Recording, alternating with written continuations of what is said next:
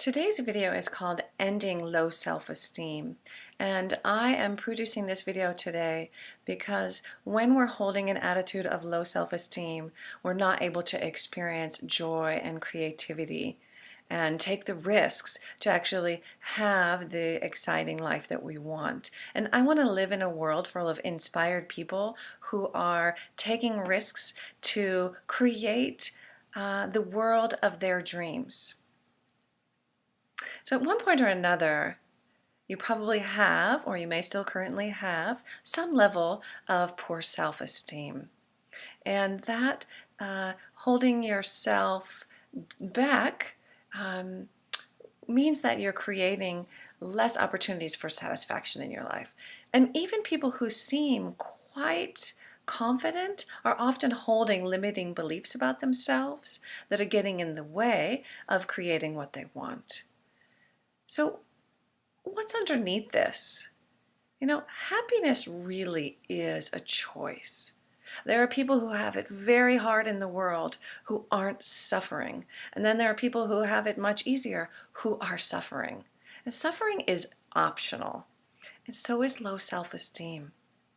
Low self-esteem isn't in your DNA. It's not something you were born with. It's actually something you choose.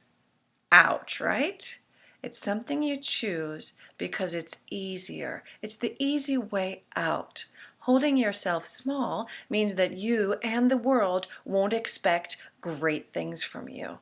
But the cost, the impact on your life of being in low self-esteem and not trusting yourself is that your joy gets squashed. Your creativity, your passion for living, your sensuousness, your connection to nature, your ability to have fun in life gets squashed. So we can't expect things to change if we keep doing the same thing, right? You can feel it coming, can't you? So how good are you at taking risks and setting goals? Are you going, I know, I hear you, I get it.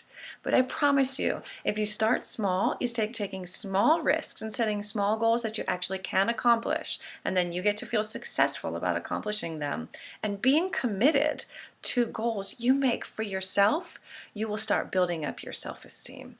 And self-esteem and self-confidence are like muscles. They don't get strong overnight. They need a lot of work to strengthen them and to keep them strong. So one way to start building up your muscle, your self-confidence muscle, is to start taking little risks, little goals. A lot of people don't like that word risk. It sounds really scary. You feel like I might expose myself to humiliation. Yeah, you might. You might. I'm doing it right now. But the truth is that people who take risks actually get hurt less often. Increasing your risk-taking score will actually help strengthen your self-confidence. It will bring you more in touch with who you really are. What kind of risks you take will help you see what you value, and you will actually get hurt less often. So let's work on this muscle a little bit. And speaking of muscles, one really great way to practice building up your self-esteem is to choose a fitness goal. And I say fitness loosely. It could be anything that you enjoy, but getting physical, getting into your body, I find to be something really fun. And it's separate from career and relationships and maybe some other things that you maybe feel are harder. Maybe you feel fitness is harder. So this is optional. But I recently decided that I would give myself a goal around fitness. I'm pretty into fitness. I love to sweat. I love to dance. I love to be strong. But I found that I just wasn't going anywhere with pull-ups. Pull-ups are really hard. I have been plateaued for a really long time. So I set this goal that I want to accomplish, and I gave myself a timeline. And here it is. I want to do 10 pull-ups in a row with fully extended arms. So not just right here, but fully extended, pulling myself up. Oh, and I want to be able to do 10 of them in 3 months. That's my goal. I currently can do 5. I think this is a manageable goal. So I think I'm going to be able to experience the success of it and feel good about myself. Maybe I will chicken out on myself. Maybe I won't stay committed to myself. Either way, only two things are possible. You set a goal and you set yourself a time limit. Now, either you're going to succeed and feel great about yourself, and then in which case, go on to making another goal. Try another area of your life. Or you're going to fail. Yeah, you might fail.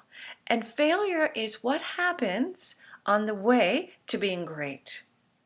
Failure is how you learn what works and what doesn't work. So celebrate failure. Just don't beat yourself up about it. Go ahead and be messy and learn from it. Just setting that goal and seeing whether you stick to it or not, and whether you succeed or not and why, will help strengthen this muscle of self-confidence and self-esteem. Are you ready? And if you want to fast track your life, sign up, commit to going, set goals to one of these transformational weekends, like the Landmark Forum or the Sterling Women's Weekend and Men's Weekends.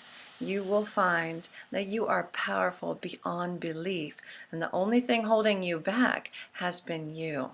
So decide, commit, and succeed. And if you need more help, hire a coach. We are here to help you get out of your own way.